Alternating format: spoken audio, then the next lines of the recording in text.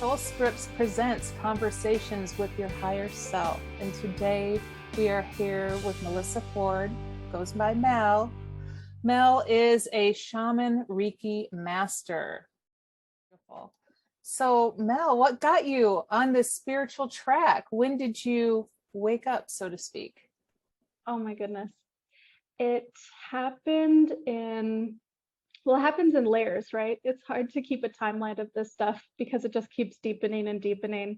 And it feels like you have multiple awakenings, so to speak. But I would say that the lid was blown wide open or wide off when my grandmother was ill in 2015, and my awakening started to coincide with that. So 2015 in August, I was experiencing like a lot of turbulence emotionally.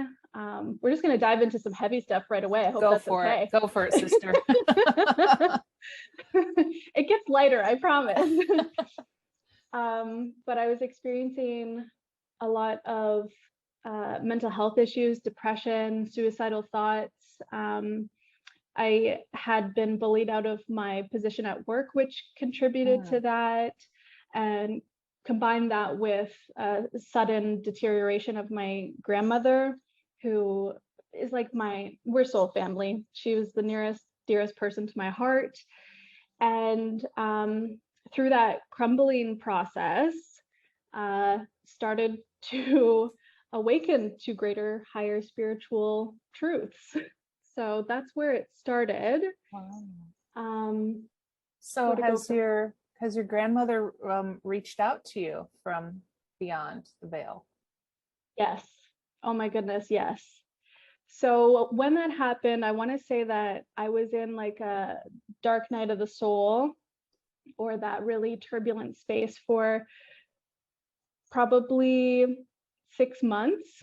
Like it was a prolonged period of darkness for me that I was in, and I didn't understand the information that was coming through to me. I was like an open channel basically, and I was getting a lot of information that I didn't know how to fully ground. So she was definitely there, reaching out to me and assisting me and giving me those nudges towards things that would assist me on my path, because I didn't know anybody that was spiritual or awake that could assist me on my path, and I didn't find anyone for several years. So it was really spirit led, and I do believe that my grandmother was one of those people that helped me ground it all in and got me the support that I needed, which started with with today's age, you think, let me go to the doctor. I don't feel well, let me go to the doctor. And immediately they wanted to give me prescription medication. But in my heart, I was like, that's not what's going to really heal me. I knew that I could be healed, but that wasn't it. So she wound up digging around and finding me mindfulness and meditation courses and other sort of modalities. That sort of was the entryway into understanding my true power, basically, by observing my thoughts and turning it all inwards to understand my experience. Wow. So you had to do it for several years alone, flying solo. That's hard to do. How do you recommend people cope with that? Because perhaps now there's more of us woo-woo people out there, but say you're in a space where you feel like there might not be. How would you go about finding that community? Yeah, it was really challenging. It was really challenging. I understand now why that had to be. And this is really the birth of a shaman, is when you're presented with such challenging, turbulent situations and experiences that you don't know you're going to make it out to the other side with. And through your own personal lived experience and getting back to the core of who you really are and grounding that in, then you help other people through that experience. So I do believe that there are a lot of shamans being birthed into our society, which are misdiagnosed as mentally ill, and they are numbed and suppressed with medication. Not saying that isn't something that could greatly help someone gain stability while still exploring the deeper meaning to their experience, but it it is a challenging process. I would say that trust in your intuition, because like I said, it was a spirit-led experience. I had to really rely on the nudges that I was getting, and to be led into different things. So for instance, I started to notice my patterns around full moons. And then I was like, why is it that I'm always crying the day before a full moon? And so just by having that self-awareness, recognizing certain patterns that I was moving through, I started to follow that breadcrumb and start researching the full moon. And then I would learn more about that. And that would naturally lead me to certain people that might be able to express a little bit more about that certain area. And it seems like every breadcrumb just leads you a little bit deeper, a little bit further. And as you walk your path, your tribe slowly comes into play to help you make sense of that. Beautiful. So, when you say the nudges, were they from your higher self? Were they from spirit guides? All of the above? Yeah, I think it was all of the above. Team effort. Yeah, it was a team effort for sure. I started to get names that I didn't know previously. And so again, I had the understanding that Thoth and Hermes were the same person or the same energy signature. And so then I started to be like, why do I know this information? And I would look it up, and then the unfolding would happen for me to say, okay, apparently I'm communicating with these higher dimensional beings that are teaching me stuff that I had no prior knowledge to. That's beautiful. So along that path, how did the shaman journey come to be? Okay, that's a great question. So along my path in receiving support with mindfulness and meditation, and that would lead me to the next thing being cognitive behavioral therapy to help understand mental patterns and how to create a more balanced place. That still wasn't fully it for me. I was like, this is helping me ground a part of my experience, but it isn't really like helping it all come together. And one day a friend of mine was like, hey, let's go to this meditation circle, and there's a sorry, people that will offer you Reiki. I don't know how to describe it.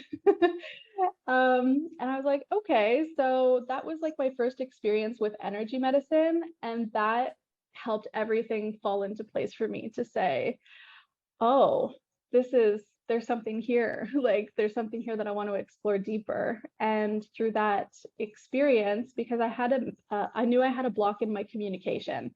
There was a lot of turbulence with my partner at the time, and nothing was flowing easily. And so I was like, I have a block in my communication. I don't know, I'm very confrontational these days. And they removed it, and immediately every message that I wanted to flow through me was finally moving through me seamlessly, beautifully. And I was like, so that was my entry point into energy medicine. And I want to say like 2 months later, I was signed up for my first Reiki 1 course. And by practicing, again, spirit was my biggest teacher. I found other guides along the way, but I was always being strongly led to do certain things, and I just trusted in that. So with that experience, it was again the entry point. But what I do is Reiki plus. Like this is where the shamanism comes into play, is because I was doing things in my sessions that strayed from traditional Reiki, yet had very profound results. So I do feel like this was a remembrance. This was a very an innate experience for me. I just had an intuitive understanding of people's energy fields and how to harmonize and balance that, and how to extract dense energies.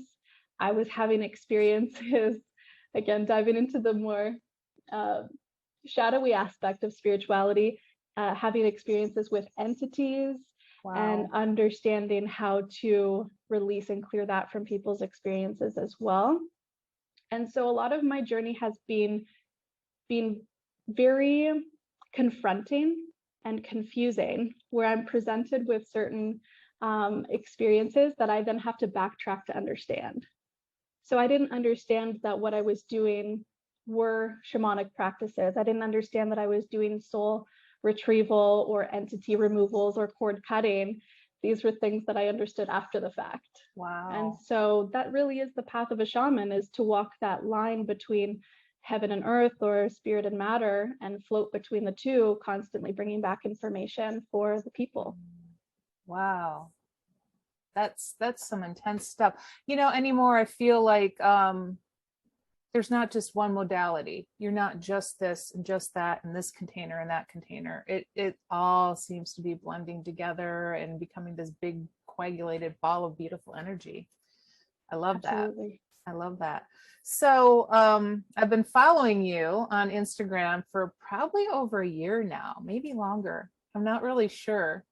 But to me, vulnerability is a superpower. And this woman is Wonder Woman right here. You are so no holds barred, authentic, throw it out there, don't care. It's going to stick with who it needs to stick with. How did you get the kahunas to do that, girlfriend?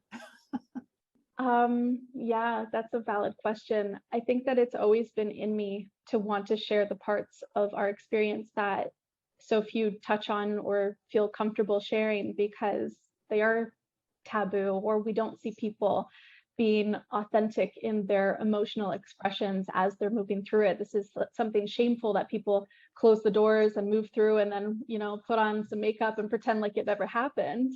And I understood that these things were so human and that we all move through it. And if I wasn't going to see someone else show the way that I needed to be led, then I needed to step up to the plate to do that for my community that needs to see that it's okay to move through your process, and it's okay to be human, and it's okay to not know everything, and to make human errors, and that's life. That's life. Yep. Isn't that why we're here? We're here to feel all the feels. I mean, lately I just see myself getting so entrenched in the learning and the wondering and what's going to happen next that I am missing out on the journey and feeling the feels and having those experiences and letting them move through me. It's so beautiful when you can stop and do that. Yeah, I'm sure you've helped a lot of people along the road by doing that too. Thank you. Thank you for saying that. I hope so. That's my intention, is like, not only am I moving through my own cathartic process, but giving permission through my lived example to say, yep, other people go through this. I know that we think that we're the only person as we're moving through it because it's such a solitary experience, but you're not alone. And that's always what I circle back around to. I think that that is what I'm supposed to be integrating deeper in this lifetime, because I do have past life recall of being outcasted and executed for sharing deeper spiritual truths or helping people through their journey to unlock the fullness of who they are. And so at the beginning of my journey, like I said, for several years, I was scared to even talk about any of my experiences that were happening. And I went through that alone, and I don't want anybody to feel like they are alone. And I'm so happy to see more souls opening up to share their journey and to share information. So I feel like it's way more accessible, and I want to continue to deepen that. Well, and that authenticity and vulnerability it really is a superpower. People need that now more than ever. Past couple years have been pretty rough. Yeah. How has your spirituality helped you move through that, and your sharing online to help others move through that? How have you seen that evolve? And did you even see 2020 coming? I did see 2020 coming, not in the way that it happened or unfolded, but I had this intuitive sense or knowing that this awakening was happening. I had no idea how more lights would turn on and how more people would access their soul, and how to start integrating that into their being to live a more heart-centered life. But I do feel like this is a blessing in disguise, no matter how it appears in one's experience. But immediately, as soon as this all unfolded, I just knew in my heart, do not be afraid. And this is what you came here for. Beautiful, beautiful. Now, I had the honor of creating Soul Script for you and for your mama. And through that process, I learned of some of the challenges that your mom is going through. How do you deal with that? Because when my dad years ago went through cancer and died of cancer, that was a very profound shift for me. I saw everything in my field just boom, change 180 degrees. And now you're living through this with your mom right now, who's suffering in pain. She doesn't have cancer, but how are you dealing with that on a human level and on a spiritual level? That's a loaded question. Where to start with that one? So my mom has rheumatoid arthritis and osteoporosis, so both her joints and bones are affected. And she was diagnosed when she was 26. Ooh. And it started to get really bad at 30. So this is something that you don't see until much later in life, but she had a rare circumstance where it just unfolded much earlier for her. So her deterioration has been a lot over the last 30 years. So you grew up with this. I grew up seeing that, and I do believe that our souls choose our families. We choose, I'm getting a ringing in my ear, spirit confirmation. So we choose our families, we choose our circumstance, we choose our struggles because they're directly tied to our purpose. And when I was, I want to say maybe around 8 or so, and my mom was getting really bad, and she had to start using a cane and then a walker, and then she got a motorized scooter. I remember looking at her saying, I want to be a doctor so that way I can find a cure for you. Aww. Because I wanted to help heal my mom. But moving into the school system, I understood very quickly that was not going to happen. Yeah. School was not for me, and I knew that the second that I entered into that space, because there wasn't the expertise that my soul knew I was going to be moving towards much later in life outside of the school system, things such as energy medicine and shamanism. And these are the original physicians of the planet. So it's funny how we circle back around to say, where's the trigger to move us forward on a path of searching? And on that path, we wind up finding some beautiful things if you just keep trusting and keep searching and keep going. On a spiritual level, I can see that my mom is also a healer. I can see that she absorbs everybody's energy, but she hasn't known how to let that go.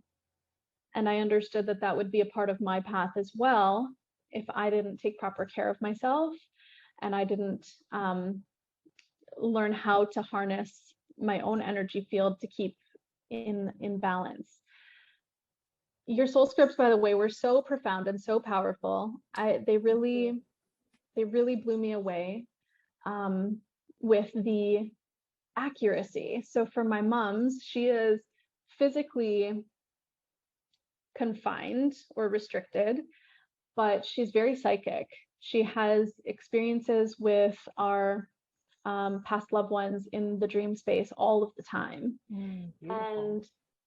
And she sleeps quite a lot because her body is always fatigued, but her mind is very active. And this is where she finds liberation from her confinement, right? Is in that space. And your soul script, what you brought through, was basically a mental journey. And I do feel like that's a space that her higher self takes her on when she is liberated from the physical component and in her astral body.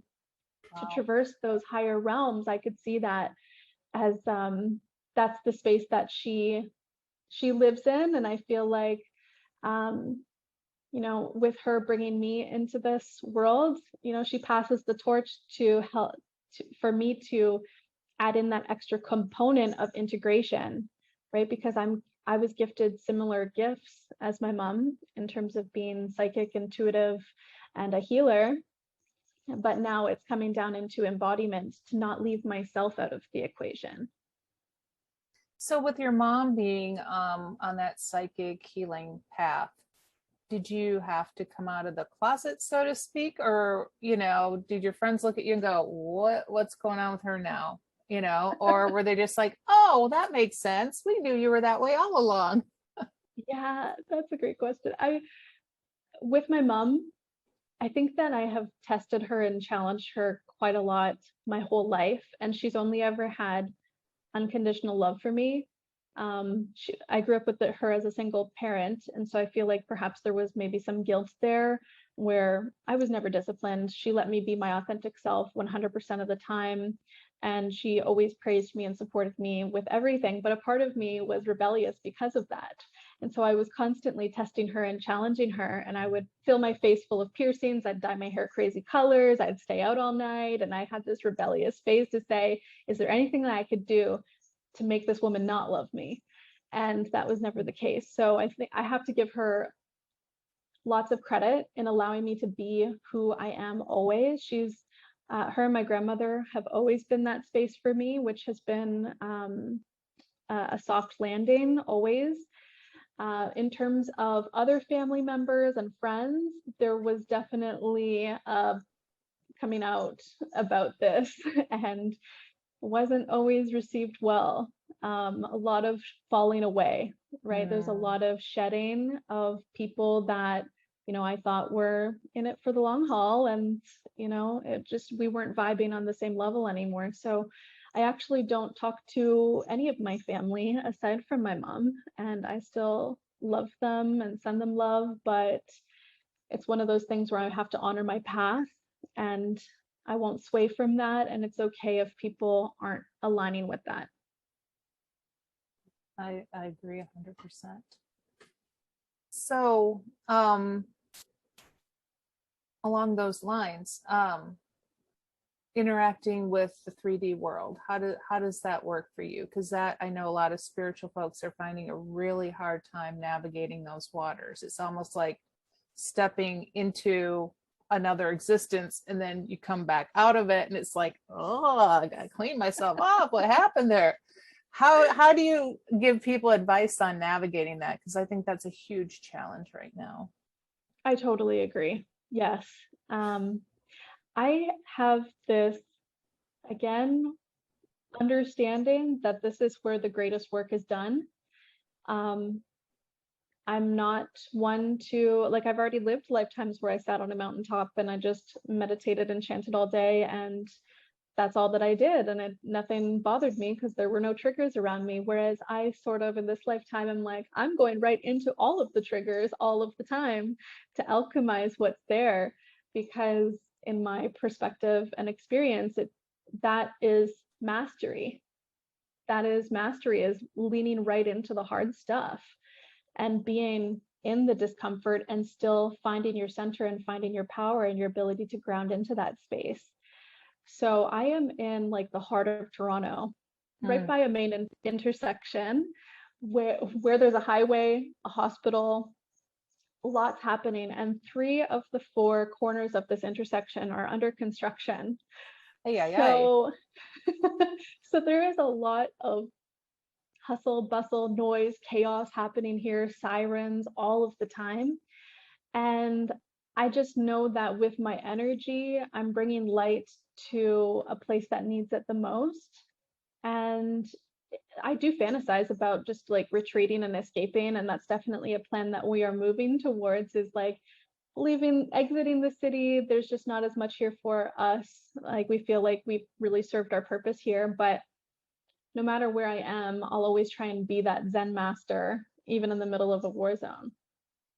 Well, I believe too, you're drawn to certain places. I had a photography job the other day and got misguided and I ended up sitting in the lobby of a hospital for a while waiting to photograph a headshot for a doctor who was at another building. And I'm sitting there and going, well, this isn't right. This can't be right. And then I start, figuring out, oh, I'm not in the right spot. Well, there's a reason for that, Yeah, to sit there and just be, so I absolutely. imagine you out in the streets of Toronto, just kind of dropping your light bombs everywhere you go.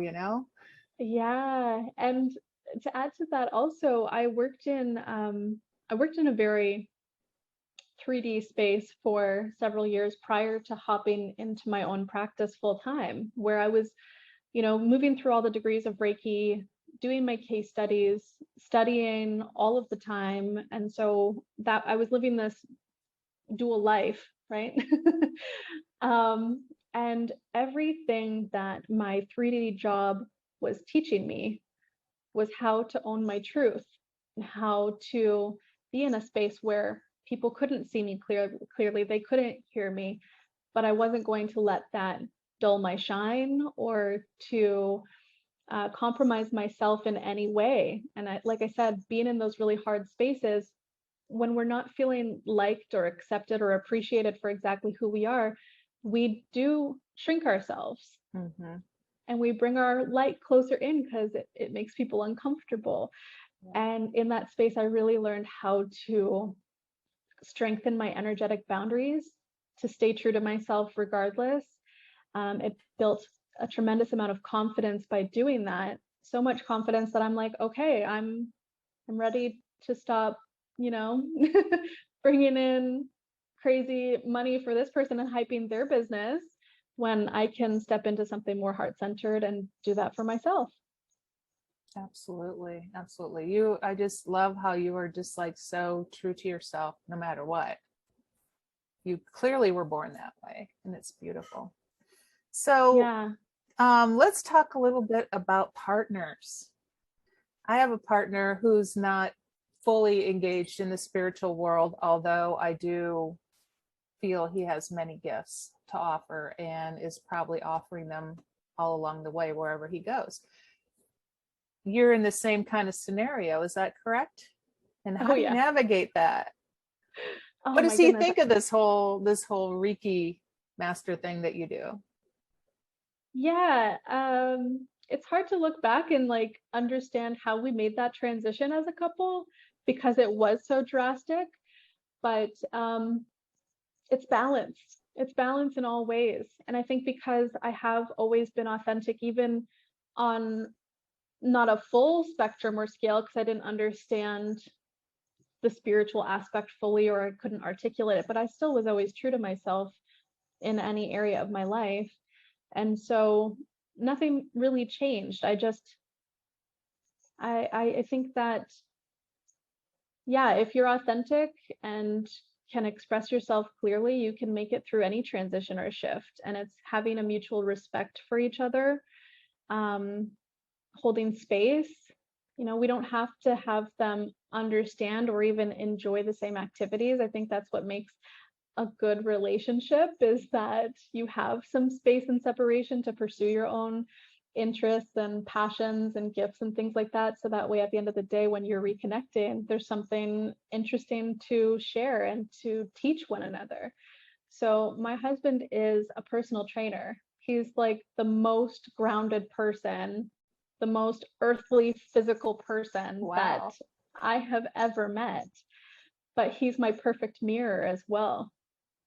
So he, I feel, keeps me grounded and anchored. And what's funny is when I was 19, I got an anchor on my ring finger. I don't know if you can see Oh, this. oh, I love it.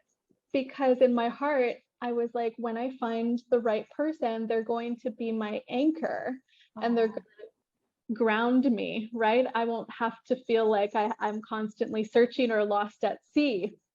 And that's exactly what he's been for me. Is he oh, he keeps me really grounded. And I that's think so that beautiful. I help to elevate him and teach him a lot of things as well. Beautiful. So I know you pull cards. Do you have any around nearby you I could do. grab? Do you want to do a little fun play here? I would love that. You know what? How did I know that you were going to? I already knew. So I We did got bring that cards. connection going on. I know. So I did bring through the Oracle of Seven Energies. It's by Colette Baron Reed, and it's a beautiful, beautiful deck.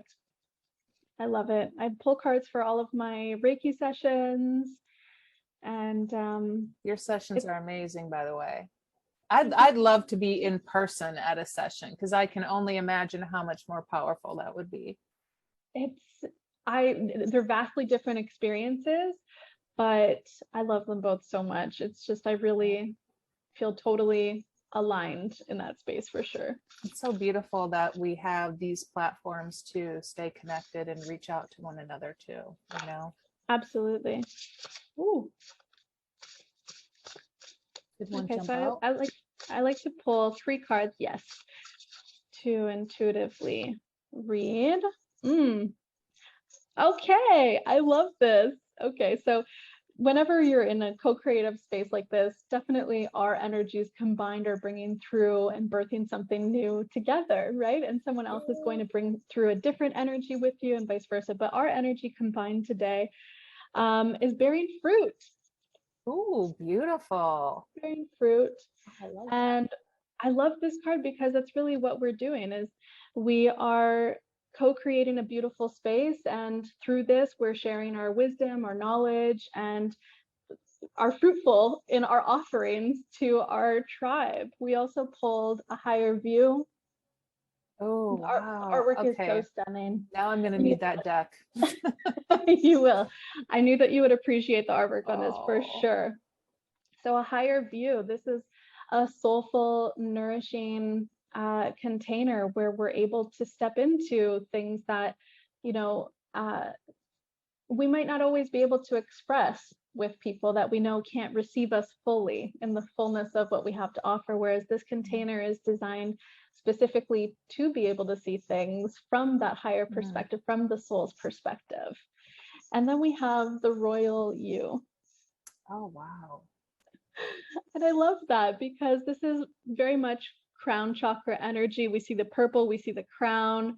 And so this is fully aligned with the space that we're creating and co-creating here in accessing our higher wisdom, our higher knowledge, our soul, and anchoring that into this conversation. And even those that may find this that aren't understanding perhaps yet the fullness, this still operates as a transmission, as an energetic transfer. That's going to resonate with people to access the deepest part of themselves, which is royalty. We are royalty in the flesh. We've just forgotten, and we are in a state of remembrance right now with this great awakening to allow ourselves to put that crown back on. We're all gods and goddesses. Yes, absolutely. Definitely. So looking forward, Mel, what do you think is ahead for the rest of 2021 and 2022? Are you getting any sense of that? And once we talk a little bit about that, maybe we could pull some cards for that as well. I do intuitively feel that there's going to be, we're moving in through the rinse cycle, right? I feel like we are feeling a squeeze and a pressure that is wringing us out. And so whatever, and water is very representative of emotions as well. So emotions are going to be running really high, I feel. I'm noticing in the collective a lot of intense anxiety, overwhelming, paralyzing anxiety coming up, and not necessarily triggered by anything, but we are all connected and we're all influenced by one another.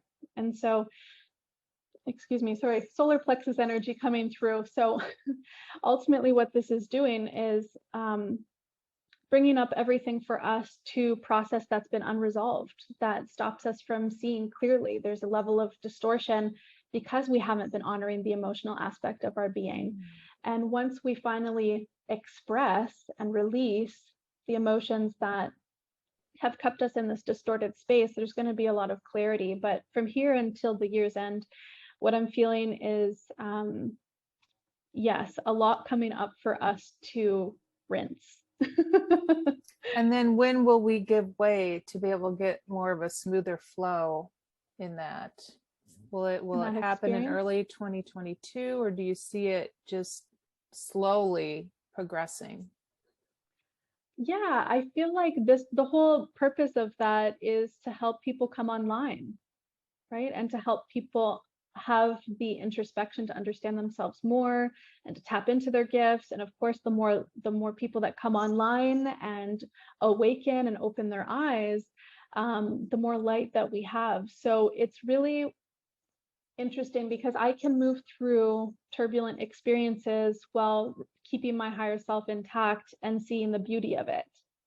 So it's really whatever each individual is vibrating at, or what plane they're existing in and need to exist in for that space, and to honor that space before they can see the greater picture that's unfolding. So I see a divide and a split of some people that are going to be having a great time because they are stepping deeper into their soul gifts and offerings. And then some people that are having a challenging time. But the beautiful thing is that we have all these lights that are able to be guides now for those souls to help with that transition. I do believe that transition is going to be happening for a while, but we're getting there. All right, beautiful. Do you want to pull a couple cards on that and see All right. what else comes through?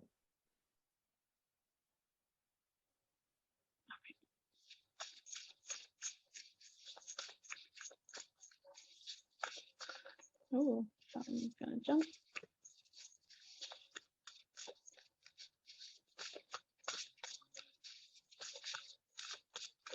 Oh, there's another. All right. One more for clarity. All right. Ooh, ooh, ooh. Huh. Okay. So we have, let me bring through a complete message here. We have the Oracle's gift. Ooh. And an oracle is a bridge. We have lots of bridges communicating their gifts in a lot of different ways. So I do see a lot of people stepping into that that position where we're holding the front line, and we're able to bring through transmissions from our higher self, from spirit, from source, to assist people in navigating their journey. So yeah, like I mentioned before, a lot of people are going to be stepping deeper into their soul gifts to be that bridge and to be that middle way between heaven and earth, to assist people with that transition. This card has been pulled a lot since I got this deck, and it's smoke and mirrors. Oh, wow. Yeah, that Right? kind of So sums up the past 2 years, right? absolutely. So Wow. we're moving through a fun house and there's a lot of distortion, and you can be feeling like you're trapped sometimes in that room full of mirrors, and you're not quite sure which one is the door and where the exit is, right? And so it's time for us to tap into our discernment and to trust in our heart, to trust in our intuition, because there is so much information and misinformation and so much noise in the collective that we have to be, again, tapping into those gifts to trust in our higher self in order to navigate this, because it's almost like there's more deception with our eyes open than when we close our eyes to tune into how we're feeling, to trust in our heart to lead us in the right space and in the right direction. Grab that So, quote and save it. That's perfect. That sums everything up completely. Perfect. and then we have a powerful move. Ooh. A powerful move. And what I'm seeing here is I'm seeing a globe, but I'm seeing sort of a like a, it looks like technology, right? I'll hold this up again. Like the And Matrix. it looks like the Matrix. Thank Yeah. you. Yes, it looks like the Matrix. And there's a key, there's a hole. And I feel like this powerful move is that we're all lights. We're all lighting up the globe. And with the power of technology, with us communicating now in this way, our soul tribe is finding one another in this space. And when we can stay true to our hearts and shine as bright as possible, we know where to see each other. We can see each other very clearly, near or far. And we are all feeling on some level, a lot of us, to come together. And this is a powerful move because we're creating and lighting up a grid all across the globe to anchor in that light to clear away all deception. So beautiful. You are a bright, shining star for sure, my dear. You've helped so many. I know it in my heart. So I'm going to post your information below on how people can find you, but go ahead and give us a little overview of what it is that you do. If somebody was to come to you for a session, how would that look? Beautiful. Yes, I love that. So the souls that feel called to me are usually in the midst of a rather large transition in their life. I've noticed this habit, this pattern emerge. And what I do is I'm an activator. I do feel like I am a catalyst to help slingshot someone into alignment with their higher truth and purpose. So my sessions can be more jarring, I will say. Reiki is a very gentle process, whereas I embrace both the light and dark sides of our experience and honor that fully and help to integrate those for our greatest expansion. And so the souls that do feel called to me are usually the helpers and the healers of the world. And I help to, again, slingshot them from perhaps their reservations and being able to do that, to cross that threshold into their 5D or higher self aspect. But I start out initially with an intake form, get to know them a little bit better and what they are looking to resolve or release, what they're moving through in their experience. If it's done remotely, basically you would meditate on your end while I access your energy field and bring through a lot of information that will assist you in removing any blockages. I send you a full detailed report for you to sit on and to mull over. And then activations continue to happen as that energy processes into your being for days and weeks and months afterwards, to be honest. Yes, I would agree with that. Beautiful. Well, anything else you'd like to share, my dear, or add that can help our fellow soul tribe out there? Just to have faith. Faith is the greatest component of our journey, and that things are not as they appear. So like I said before, when our eyes are open, it's very easy to be sucked into the illusions and the smoke and mirrors. So when we create that space for ourselves to come back to our heart center, come back to the truest parts of who we are, and ground ourselves in that space, we can move through absolutely anything. Beautiful. Thank you so much. Thank you Thank you so so much. much. It was a great conversation with you today. And I hope you all enjoyed it. If you liked it, please like, subscribe, and share. That way we can get the word out to more people. Thank you, my dear. Bye-bye.